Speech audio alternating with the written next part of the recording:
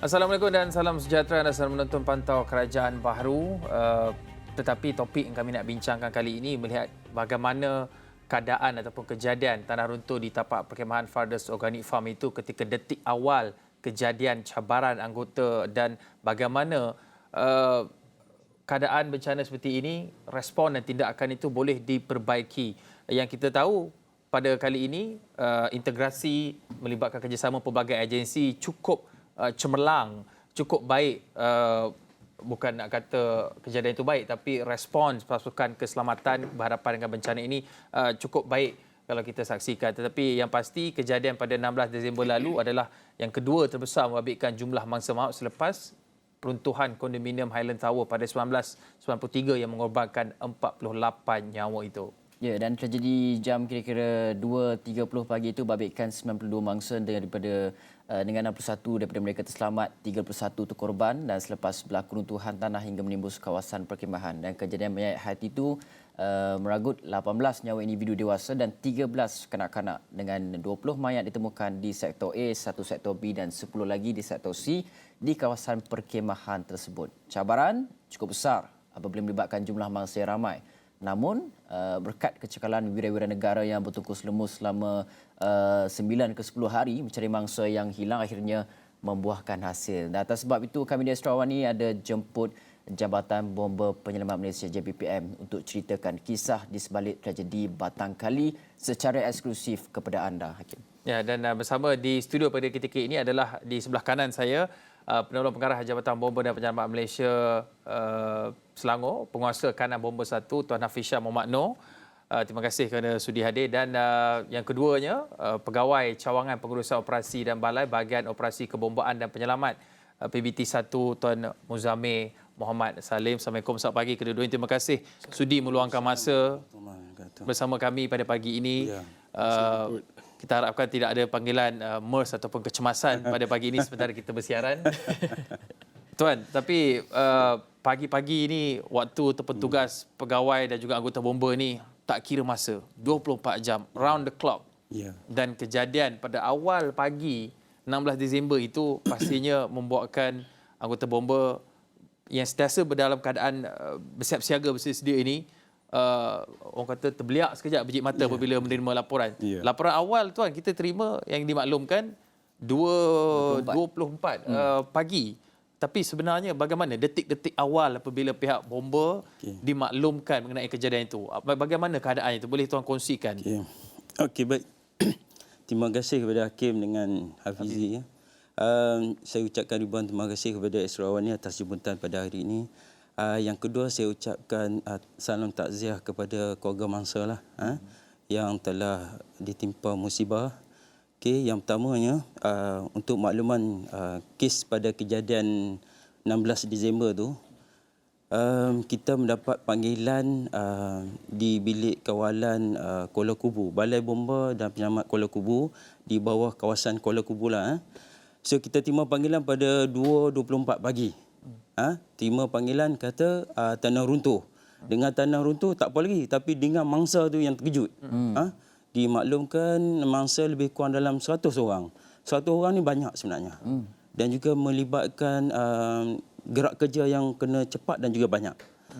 So apa yang kita telah jalankan adalah balai pergi respon dan juga kita hantar bantuan sekali.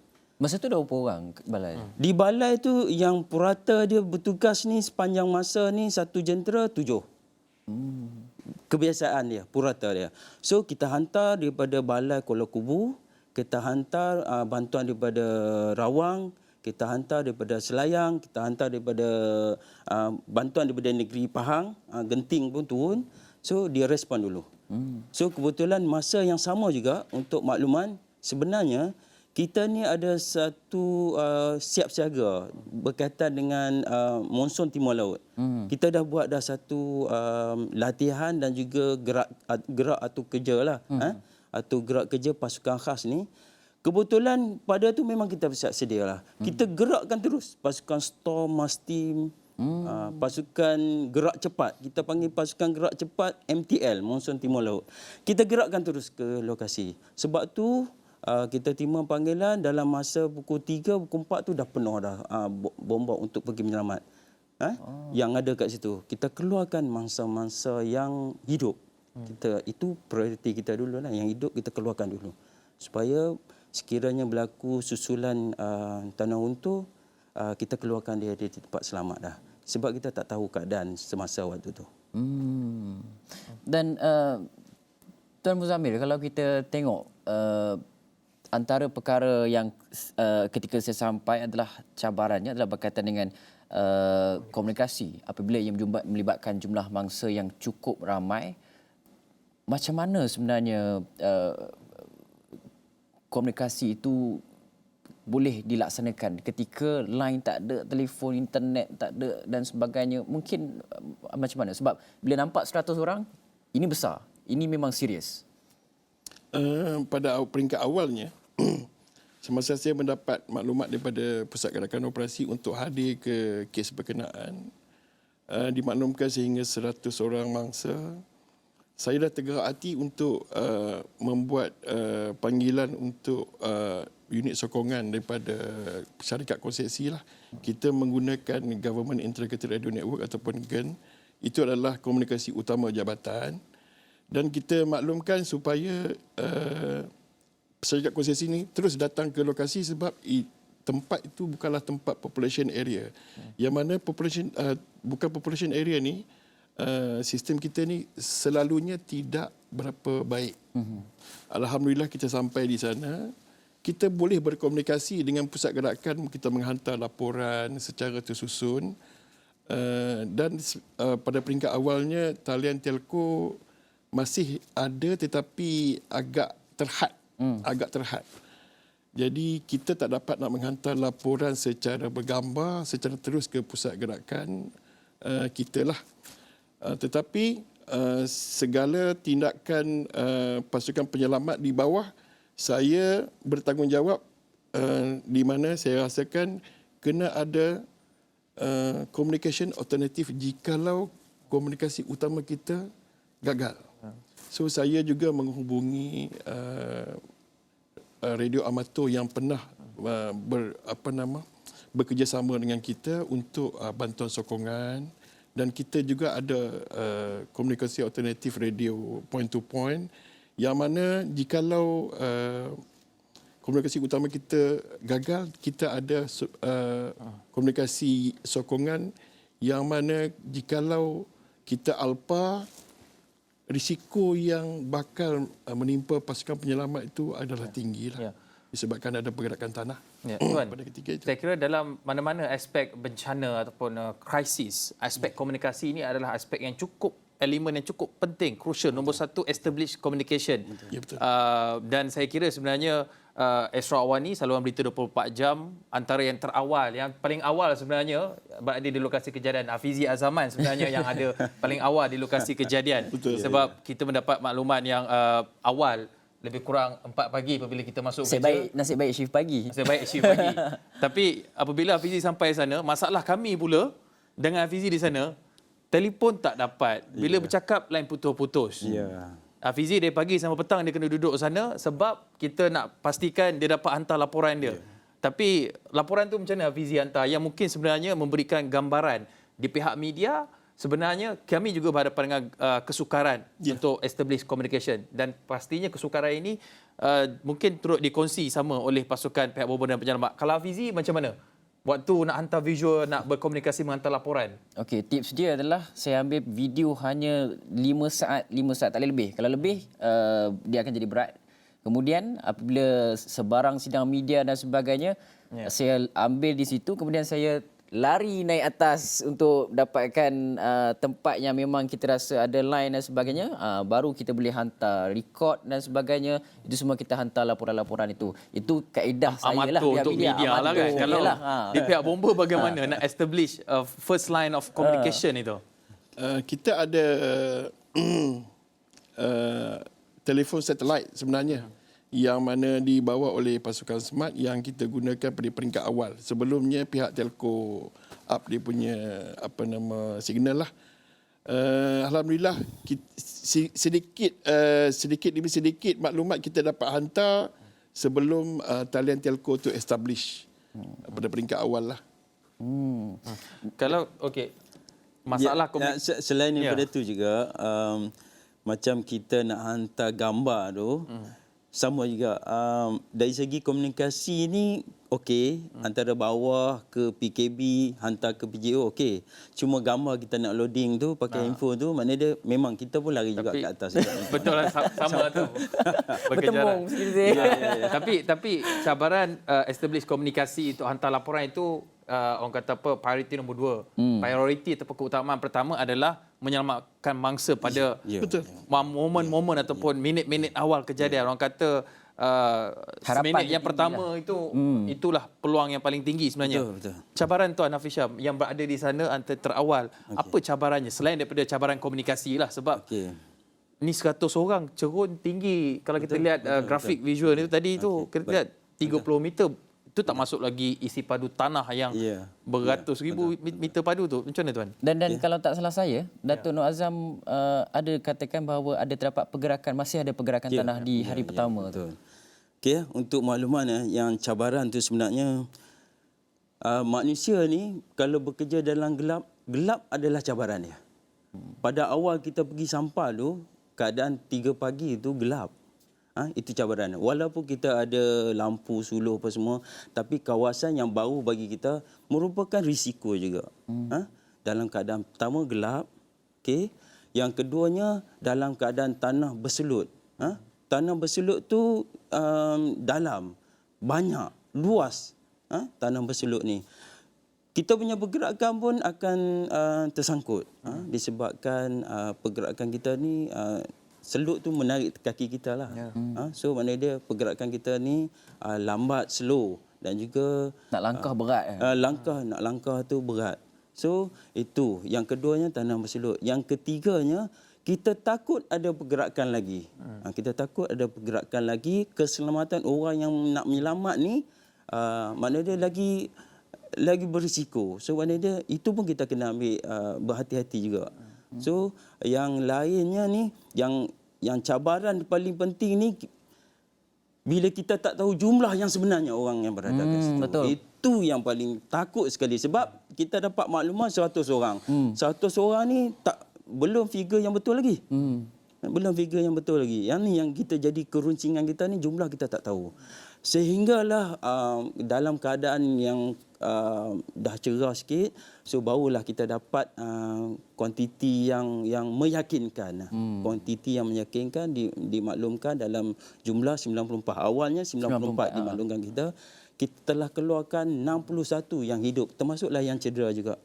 61. So dalam kuantiti yang banyak tu kita dah rasa sedikit lega. Cuma ada lagi kuantiti yang banyak juga yang belum kita jumpa lagi yang mangsa tertimbus. Ini yang jadi kegusaran kita lah.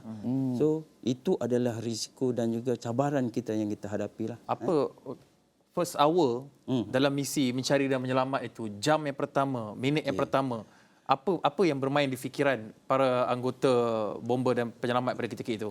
Okey, dia dalam mana-mana misi kita operasi ni, yang pertamanya kita mesti cepat. Sama ada kita cepat bertindak untuk padam ke kebakaran ke ataupun menyelamat ke, yang paling penting ni kita mesti buat kerja cepat. Tarik kalau seberapa banyak mangsa yang perlu kita selamatkan, kena cepat. Sebab kita takut akan ada lagi susulan-susulan yang akan berlaku musibah. Kita kena cepat. Kemudian sebanyak mana yang kita boleh dapatkan, kita keluarkan. Itu adalah yang kita perlu tindakan kita. Mana-mana operasi kita pun, contoh saya bagi contoh, kalau kebakaran sekalipun kita mesti nak padam cepat. Kalau kita operasi penyelamatan pun mesti kita nak keluarkan cepat. Kita cepat sebab kita nak selamatkan nyawa orang yang masih ni kita tak tahu kemungkinan masa tindakan kita yang cepat tu dapat menyelamatkan dia. Kena tangkas lah. Kena tangkas, kena cepat. Apa mungkin Dan cuma ramai yang tertanya-tanya saya kan, macam mana sebenarnya apabila operasi mencari mangsa yang tertimbus tu kan, macam mana anggota gerakkan untuk mencari mangsa, itu satu. Kemudian bila jumpa mayat tu kan, mayat tu dia dalam keadaan yang macam mana, tertimbus dalam kemah ke, tertimbus dengan tanah tu dia jenis yang macam mana, berat yang macam mana boleh kita gambarkan? Okey. Semasa banyakkan mangsa yang kita jumpa ni, yang tertimbus ni kebanyakannya pada waktu 2 pagi ni biasanya orang tidur. Orang tidur kan. So mana dia tempat tu sejuk sebenarnya. Saya berada kat sana pun waktu tu pun pukul 11 malam tu dah sejuk dah, menggigil dah. So sama juga saya kebanyakannya semua tidur, sleeping bag banyakkannya. Sleeping bag. So ada di bawah kemah. So semasa kita buat penggalian mencari mangsa ni kebanyakannya tanda-tanda awal yang kita selalu dapat ni kemah lah. Kemah kemudian akan ada sleeping bag lah. Dia berada di dalam sleeping bag dan juga di bawah kemah lah. Itu kebanyakan yang kita jumpa lah. Ada yang berpelukan, ada yang terpisah. Apa mungkin momen atau detik yang Tuan Hafiz Syam ingat sepanjang 9 hari operasi tu yang rasa macam itulah. Terngiang-ngiang, masih terbayang-bayang, membuatkan terfikir. Saya tak dapat nak lupakan bila kita selamatkan kalau mangsa tu berpelukan. Sedih sebenarnya. Bagaimana keadaan itu? Ini bukan satu perkara yang cukup mudah untuk kita hadapi. Bagaimana keadaan ketika itu yang membuatkan anggota ini terus cekal tabah untuk meneruskan operasi, kerana tidak ni kegembiraan percutian yang bertukar tragedi. Bagaimana betul. Tuan Hafiz Syam dan anggota-anggota lain seperti Tuan Muzamil yang establish communication di situ boleh membantu memastikan manusia ni ada emosi, itu normal, tapi kita bagaimana nak pastikan tugas utamanya itu adalah membawa keluar dengan menyelamatkan. Itulah yang saya cakap lah. Dia bila kita sedih, mana-mana anggota penyelamat ni, pasukan SAR ke pasukan penyelamat, bila kita dapat selamatkan mangsa yang hidup, kita seronok. Itu kita happy sangat. Tapi bila kita keluarkan mangsa yang meninggal ni, kita sedih. Sama juga. Walaupun dia tak ada hubungan kait dengan kita pun, tak ada hubungan apa-apa. Tapi kita tetap sedih sebab kita tak dapat selamatkan dia. Itu perasaan yang memang akan ada mana-mana. So yang paling sedih ni pasal banyak kanak-kanak lah. Kita boleh bayangkan.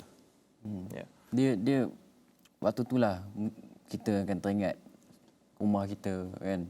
Jadi masa ketika mana kekuatan itu sangat diperlukan, apa yang dilakukan oleh Tuan Muzamil sendiri? Sebab saya tengok ada anggota yang catat report, wanita pun menangis nak catat report tu kan. Masa tu sebagai ketua, sebagai seseorang yang ada dalam pasukan, apa yang menjadi kekuatan? Sebenarnya macam Tuan Hafiz Syam cakap jugalah.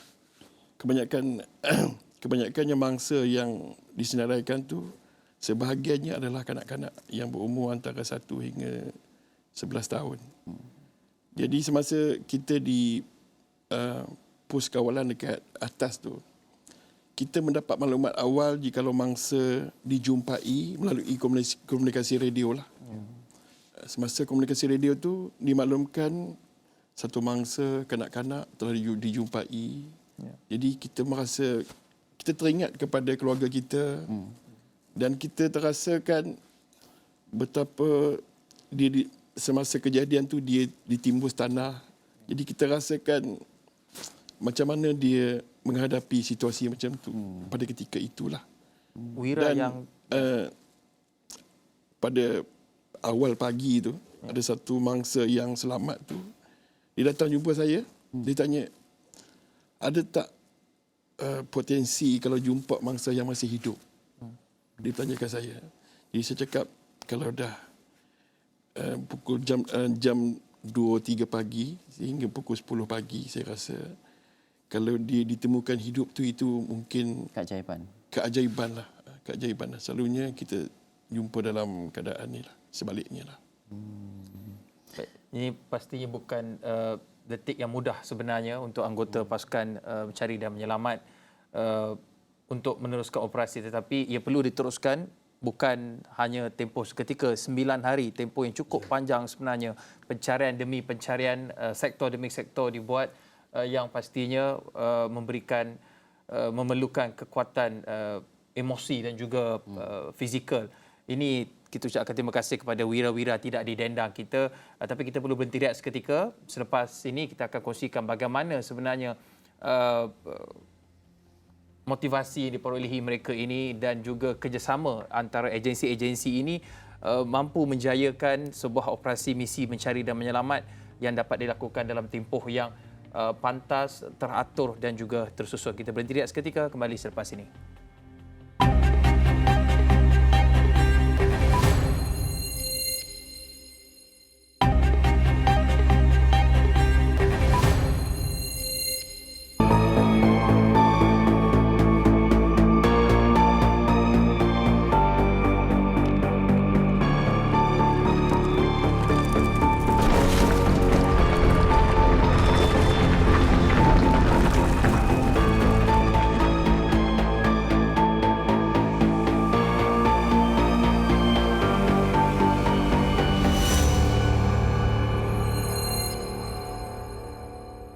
Bukan mudah menjadi anggota pasukan mencari dan menyelamat berhadapan dengan situasi seperti tanah runtuh di Batang Kali ini.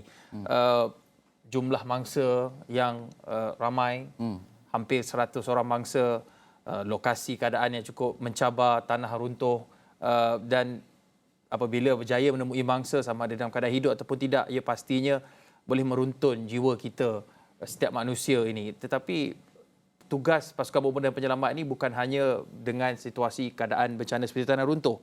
Ada kebakaran, kemalangan dan biasanya yang pertama berada di lokasi adalah anggota Jabatan Bomba dan Penyelamat. Dan ini pastinya menyebabkan kita ni memerlukan semangat yang cukup tinggi. Tapi apa yang memotivasikan Tuan Hafizam dan juga Tuan Muzamil setiap hari nak melangkah keluar rumah, nak melapor diri ke balai-balai bomba sebelum memulakan tugas itu? Apa yang menyebabkan terus cekal untuk membantu mereka yang memerlukan ini? Okeylah, bagi saya sebenarnya doa daripada keluarga, doa daripada rakyat Malaysia dan juga wajah-wajah pasukan penyelamat di lokasi lah. Keceriaan dan juga semangat yang ditunjukkan oleh pasukan SAR ni tak kira lah daripada Jabatan Bomba ke daripada jabatan lain sekalipun, tapi wajah-wajah semangat yang ada tu sebenarnya memberi motivasi kat kita untuk terus mencari mangsa-mangsa yang masih hilang. So itulah bekal kita. Yang paling penting tu doa lah. Sama-sama kita berdoa sebelum masuk pun, sebelum kita mulakan operasi, kita berbaris dulu, semua pelbagai agensi ni yang nak masuk ke dalam, kita berbaris, saya bagi taklimat, kemudian kita berdoa bersama-sama. Mana nak tahu salah seorang doa tu termakbul pada hari itu, kita dapat jumpa mangsa lah. Itu ya harapan yang kita ada. Dan juga selain daripada tu, doa daripada rakyat Malaysia sendiri pun saya rasa membantu banyaklah pasukan SAR kita ni untuk terus berusaha untuk mencari mangsa. Kalau tak salah saya, waktu-waktu sebelum mangsa terakhir tu dijumpai tu, Tuan cakap ada hampir-hampir give up kan. Waktu tu macam mana? Yang tu saya cerita sebab apa yang rasa macam putus asa tu, sebab di sektor A tu sebenarnya 2-3 kali dah kita dah membuat penggalian sebenarnya. So itu hari yang terakhir tu sekiranya kita gali dengan kedalaman dalam 1.5 meter tu tak jumpa juga. Sebenarnya saya sedih lah sebab kita tak tahu mangsa ni kat mana lah kalau macam tu. Tapi kita dah tahu tu siapa kan? Kita dah tahu memang situlah kawasan dia bersama dengan keluarga dia sebelum ni. Cuma kita tak jumpa. Sehinggalah dimaklumkan dalam komunikasi ni kita dapat dengar kata jumpa saja dalam sleeping bag tu saya dah rasa dah rasa seronok sangat, gembira sangat. Sebenarnya sedih lah kita jumpa mangsa dalam keadaan yang dah meninggal kan. Tapi sekurang-kurangnya kita jumpa juga last sekali. Akhirnya yang mangsa tu yang hari ke-9. Hari yang ke-9. Itulah detik-detik yang semua pasukan rasa lain sikit lah. Mana dia kita dah jumpa mangsa yang terakhir. So dalam kepenatan tu saya rasa semua pasukan SAR ni rasa lega, sedikit kelegaan lah kepada mereka semua. Tuan Muzamil, lepas habis semua dan sebagainya ni, apa first thing first yang Tuan buat? Okey, selepas penemuan mangsa terakhir tu, memang kita mengucapkan syukurlah sebab operasi kita berjaya. Di samping kita merasa sedih di atas pemigian mangsa-mangsa yang terlibat. Jadi kita merasakan selama tempoh kita buat operasi itu, kita berjaya juga akhirnya menemukan mangsa yang terakhir itu. Jadi memang kita ucapkan berbanyak syukur kepada pasukan penyelamat, kepada semua yang memberi sokongan. Kalau kita tengok dalam media sosial tu, tak putus-putus orang bagi perangsang, bagi motivasi supaya kejadian ni berakhir dengan jayanya lah. Apa ritual ataupun perkara pertama apabila kita anggota bomba dan penyelamat lakukan? Maksudnya, yalah, bila melihat keadaan seperti itu, kalau saya dah mengucap panjang, tepuk dahi dah. Tapi ini satu perkara yang mungkin menjadi titik penting dalam sejarah sepanjang berkhidmat. Apa yang Tuan Hafizah melakukan? Doa apa baca, bagaimana nak mengumpulkan? Itu antara contohnya lah kan. Tapi sebab ini bukan kami yang terima laporan awal tu, bila tengok jumlah mangsa 100 pun macam 100 ke 10 ni. Ya. Betul. Betul ke baca kan? Saya tengah buat story pagi tu macam, betul ke ni kata kan? Sebenarnya yang kami terima panggilan kata 100 orang ni, saya sendiri pun dah mengucap panjang dah. Ya Allah. Masa tu kat mana? Waktu tu dalam kereta, saya dalam kereta tengah memandu. So saya terkaku, tergamam 100 orang banyak ni. So mana dia apa yang perlu buat, saya dah telefon semua pegawai pasukan saya ni, gerak cepat. So atau gerak cepat ni keluar cepat sekarang juga. Pasukan yang berkemahiran ni, pasukan khas ni, saya kata gerak, kita buat tim, wujudkan sektor untuk kita pecahkan tim ni. Sebab dengan kawasan tu luas sebenarnya. Bila tanah runtuh ni sebenarnya kawasan dia mungkin akan luas. Kawasan pula tu kawasan di Batang Kali, kawasan yang berhutan sebenarnya kan. So maknanya itu yang saya bayangkan. Tergamam sekejap, lepas tu dah dalam keadaan yang reda tu baru saya call balik semua pegawai-pegawai tu buat tu gerak cepatlah. Yang tu yang kita susun satu persatu tu.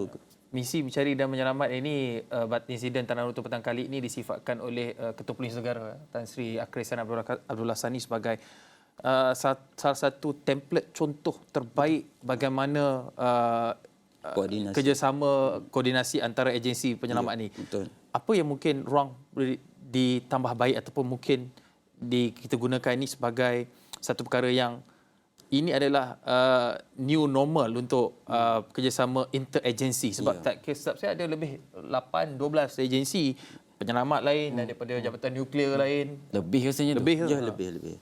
So untuk makluman saya melihat dari segi operasi di operasi tanah runtuh di Batang Kali ni boleh dijadikan sebagai study case lah. Sistem yang ICS yang bersistematik lah, tersusun. Sorry tuan, ICS apa tuan? ICS ni Incident Command System. Okay. So mana dia punya lebih tersusun, bersistematik lah. Walaupun pada asalnya hari yang pertama tu memang agak tegang, tapi kemudiannya telah disusun dengan baik. Saya rasa ini pun adalah disebabkan sentiasa ada latih amal dan simulasi di peringkat kebangsaan, di peringkat negeri dan juga di peringkat zon yang telah dibuat. Sama ada melalui NAKMA pun ada, SUK Negeri Selangor pun ada buat, kemudian di peringkat Jabatan Bomba pun ada buat. Sebenarnya hasil daripada kerjasama pelbagai agensi di latihan yang sebelum ni yang telah kita buat, menampakkan hasil yang baiklah bila berlaku kes yang sebenarnya. So saya rasa itu adalah merupakan satu titik tolak kepada kejayaan pengurusan yang baik di operasi Batang Kali inilah. Okey, baik. Kita berterima kasih kepada Penolong Pengarah Jabatan Bomba Penyelamat Malaysia JPPM Selangor, Penguasa Kanan Bomba 1 Hafizah Muhammad Noor dan juga Pegawai Cawangan Pengurusan Operasi dan Balai Bahagian Operasi Kebombaan dan Penyelamat PPP1 Muzammil Muhammad Salim atas perkongsian. Terima kasih walaupun sibuk pada ketika ini sudi datang ke studio Astro Awani untuk kongsikan kepada penonton Astro Awani kisah di sebalik tragedi Batangkali yang akan diceritakan sendiri oleh wira-wira negara kita, dan kita harapkan bahawa kejadian seperti itu dapat kita elak di masa depan, dan kita sama-sama mengucapkan takziah kepada keluarga mangsa. Ya. Dan kita juga mengambil kesempatan ini mengucapkan takziah kepada semua keluarga mangsa yang terlibat dalam tragedi Tanah Runtuh Batangkali, dan juga terima kasih kepada pasukan anggota pegawai pasukan SAR, anggota bomba dan penyelamat juga, pelbagai aspek, bukan hanya manusia, anjing canine, anjing pengesan juga turut sama menyumbang, menunjukkan betapa kita perlu saling mengasihi, saling membantu antara sesama kita. Kita harapkan seperti yang disebutkan oleh Tuan Hafiz Syam tadi dan Tuan Muzamil, doa rakyat Malaysia, sokongan anda terhadap mereka inilah yang sebagai menjadi tangkal ataupun azimat disematkan di dada mereka untuk terus berkhidmat kepada masyarakat. Terima kasih yang tidak terhingga kita ucapkan kepada anggota Jabatan Bomba dan Penyelamat dan juga semua anggota yang terlibat dalam misi SCR ini. Baik, sekian saja Pantau Kerajaan Baru. Kita harapkan ada iktibar yang boleh kita belajar daripada kejadian ini. Saya Hakim Rahman. Saya Fizal Zaman. Assalamualaikum. Salam sejahtera.